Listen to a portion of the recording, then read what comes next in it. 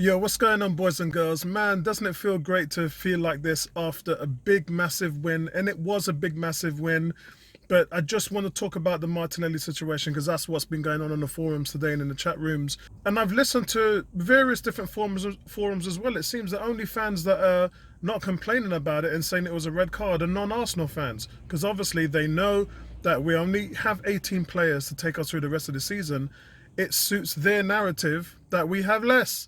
So I don't even think that these fans are looking at the mechanics of actually what happened. All they're seeing is yet another Arsenal player has got another red card, and that's fourth of the year, and that really helps them out. It doesn't help us out, and our rivals want to see that. So I wouldn't look for any real constructive input from any other fans. It's really just within our own fan base. You really have to let a player know that they have been cautioned in order to send them off. You can't just, unless it's a dangerous tackle, give somebody a straight red. If it's two yellows, one must know that they're on a caution in order to move forward to the second yellow.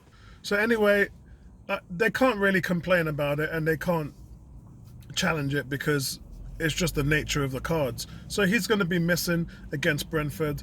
So most likely Pepe or Smith Rowe would come in on the left-hand side. Even Nketiah is an option on the left as well. It really depends what they want to do with Smith Rowe. Arteta has not been confident about playing Smith Rowe in any form. He's quite happy to leave Martinelli there when he considers Smith Rowe actually leads the team in scoring, because it's the way how Smith Rowe's been reacting to these niggling injuries that keep coming on. He was even hobbling again, even though there's no reports that there's anything serious. But it's just the nature that every time Smith Rowe seems to get on the field now, he seems to be taking knocks. So honestly, I would put Pepe on the left.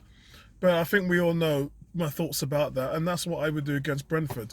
But we do have options. And as I said, Nketiah has yet to play in the league. Everyone keeps harping on about the fact that he hasn't scored. Well, he hasn't played. You give him 9 minutes, 8 minutes, 10 minutes here and there, it's not really going to help a guy who's averaging a goal every 71 minutes. And he's had 18 goals in 29 starts. So why don't you play him? That's basically what he's been able to do for Arsenal when you put him on the pitch. And these little end of the game cameos isn't really helping him out, because Lacazette is lacking service, and when Lacazette does get the chance, he had 3 chances last night, one of them a one-on-one, then you've got to put your hat on him. But Lacazette, game after game, even Burnley and even the Liverpool Carabao Cup, it isn't just one game. There's an abundance of chances that he's not delivering on. And I think some fans think it's harsh when we call him out for that, but it's costing us. We can't have excuses. We can't have strikers missing chances. Our top goals are coming from the likes of Saka and Martinelli. When you consider that Lacazette in 13, 14 games has only got 3 goals. As I said, he's on pace to get under 10 goals this season. That's what he's on pace for, to achieve less than double digits. His worst ever performance as an Arsenal player.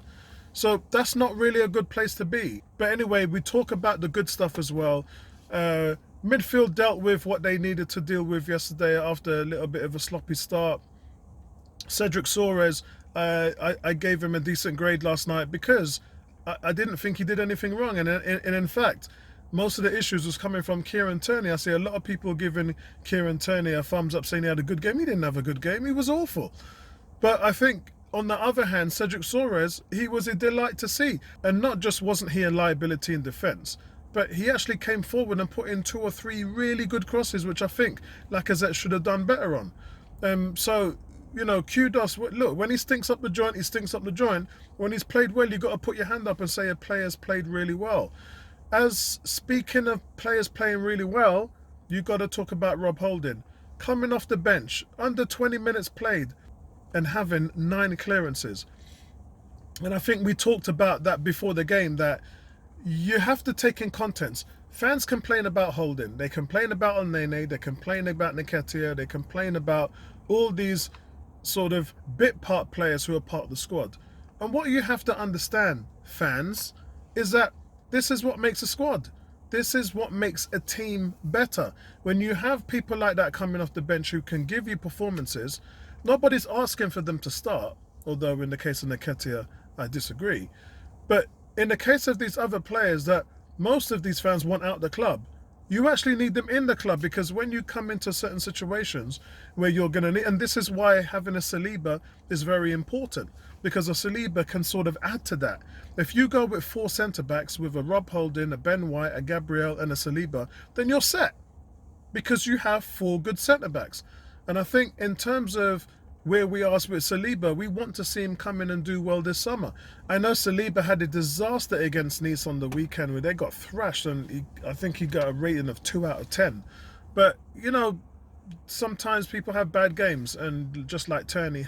So, you know, it doesn't mean Saliba's a bad player, but yeah, he had a stinker, so move on. But as a squad player, he's going to be needed. And I think we have to sort of talk about the levels of, again, one of the fans mentioned El Nene last night, and it was just like, the guy just made all AFCON first 11 and played very, very well.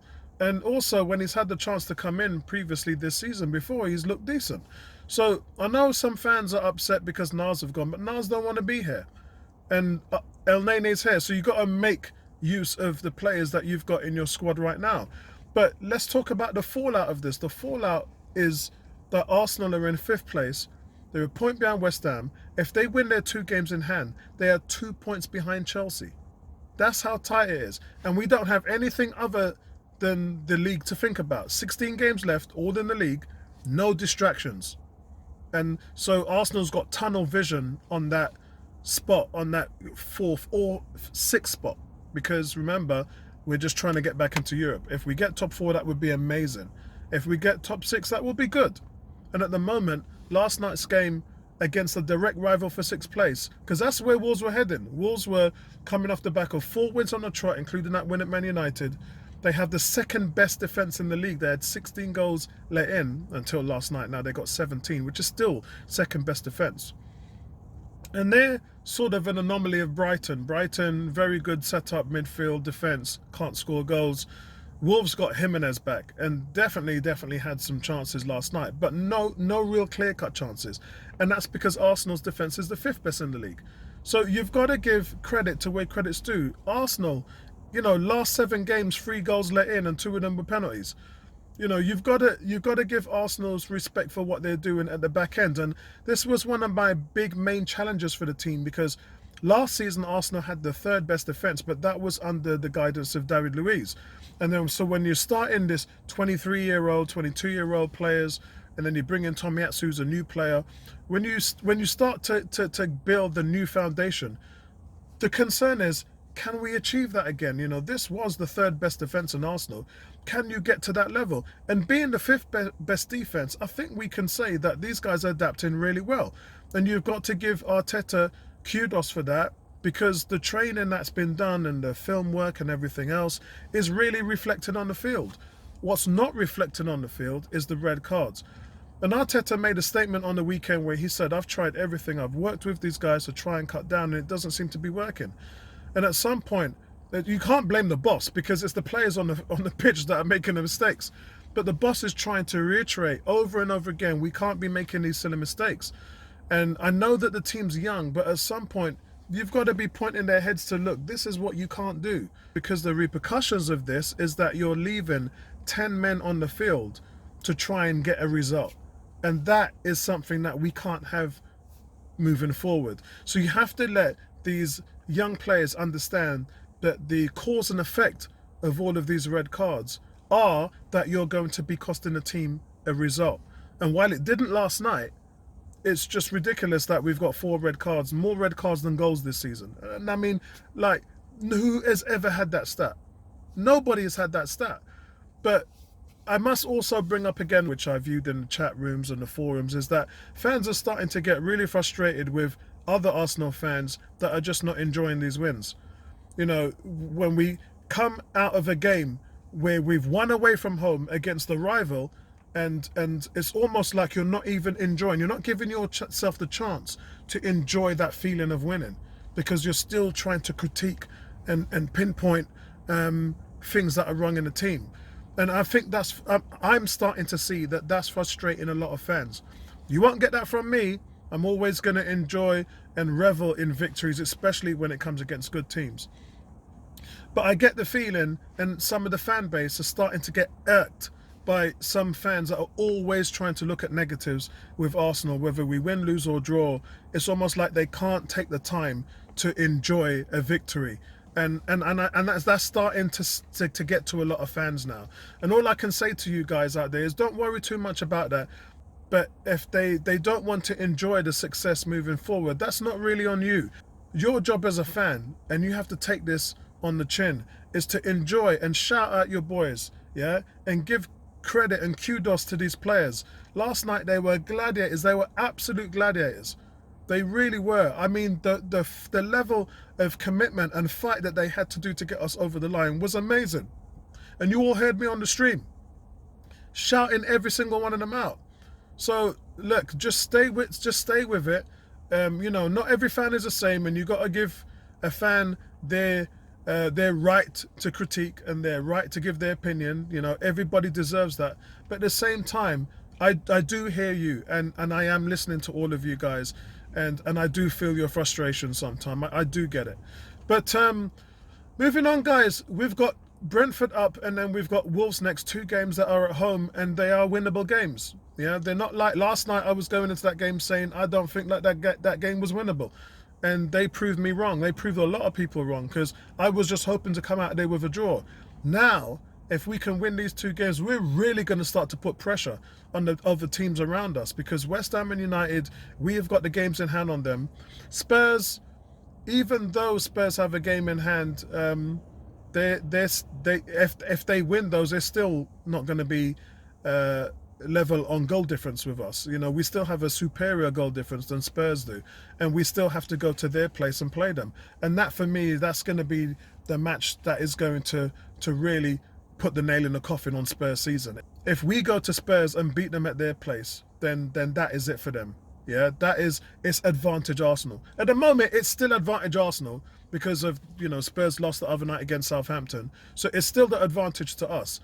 I think that us going to their place and beating them would just really bust them up. That would finish them off.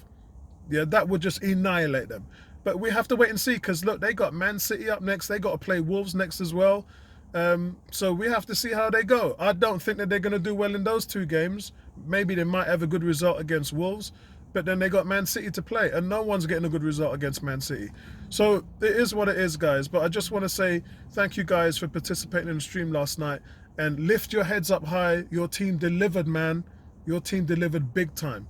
So peace, guys. Right back at you. Nice one.